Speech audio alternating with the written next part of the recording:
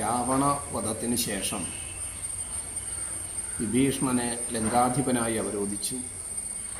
സീതയെ മോചിപ്പിച്ച് തിരികെ അയോധ്യയിലേക്ക് പോകാൻ തുടങ്ങുന്ന ശ്രീരാമനോട് അല്പദിവസം ഇവിടെ ആതിഥ്യം സ്വീകരിച്ച് കഴിഞ്ഞിട്ട് പോയാൽ മതി എന്ന് വിഭീഷണൻ പറയുന്നു.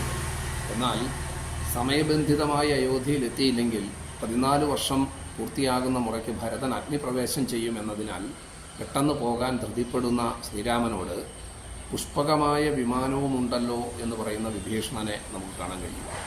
ഇപ്രകാരം പുഷ്പക വിമാനത്തിൽ ലങ്കയിൽ നിന്ന് അയോധ്യയിലേക്ക് തിരിക്കുന്ന വേളയിൽ ശ്രീരാമൻ ഒരു ടൂറിസ്റ്റ് ഗൈഡായി മാറുന്ന രസകരമായ കാഴ്ച നമുക്ക് കാണാൻ സാധിക്കുന്നു. സീതാദേവിക്ക് ആ ലങ്ക മുതൽ അയോധ്യ വരെയുള്ള വിശിഷ്ടമായ സുന്ദര ദൃശ്യങ്ങൾ, ശ്രേഷ്ഠമായ ദൃശ്യങ്ങൾ കാണിച്ചു കൊടുത്ത് അവയെ വിവരിച്ചു കൊടുക്കുന്ന ശ്രീരാമനെ നമുക്ക് ഈ കഥാസന്ദർഭത്തിൽ കാണാൻ സാധിക്കും.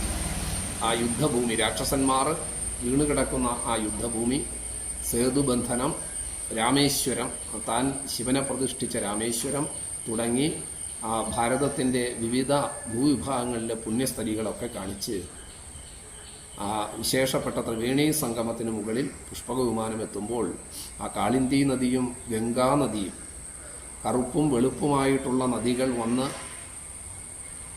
ഇഴുകിച്ചേരുന്ന ത്രിവേണി സംഗമത്തിൻ്റെ പുണ്യവേദികയെ കാണിച്ചുകൊണ്ട് ഭഗവാൻ ശ്രീരാമചന്ദ്രൻ സീതാദേവിയോട് പറയുന്നു, ഒന്നിടവിട്ടു നൂലിൽ വെൺമുത്തോട് ഇന്ദ്രനീലം കൊരുത്ത ഹാരം പോൽ, ഭൂമയിൽ കരിങ്കൂവളപ്പൂ വെൺതാമരയിൽ കൊരുത്ത മാല്യം പോൽ, കാളസർപ്പവും ഭസ്മവും ചാർത്തും കാലകാല കളയബരം പോലെ, ഗംഗ കാളിന്തിയോട് മേളിക്കും തങ്ങി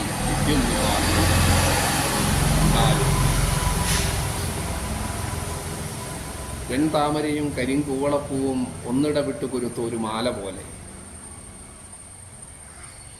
ശിവഭഗവാന്റെ കാളസർപ്പം, കറുത്ത നിറമുള്ള ഉഗ്രസർപ്പവും വെളുത്ത നിറമുള്ള ഭസ്മവും പൂശുന്ന ശിവഭഗവാന്റെ ഉടൽ പോലെ,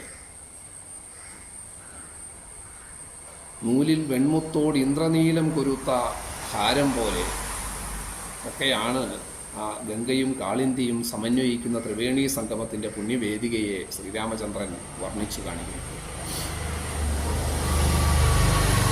ഈ പുഷ്പകവിമാനത്തിലുള്ള യാത്ര ആരംഭിക്കുന്ന വേളയിൽ സേതുബന്ധനത്തിൻ്റെ മുകളിലൂടെ, ആ സാഗരത്തിന് മുകളിലൂടെ സഞ്ചരിക്കുമ്പോൾ ശ്രീരാമൻ സീതയോട് പറയുന്ന വാക്കുകൾ വളരെ ശ്രദ്ധേയവും സുന്ദരവുമായി എഴുത്തച്ഛൻ വർണ്ണിച്ചിട്ടുണ്ട്.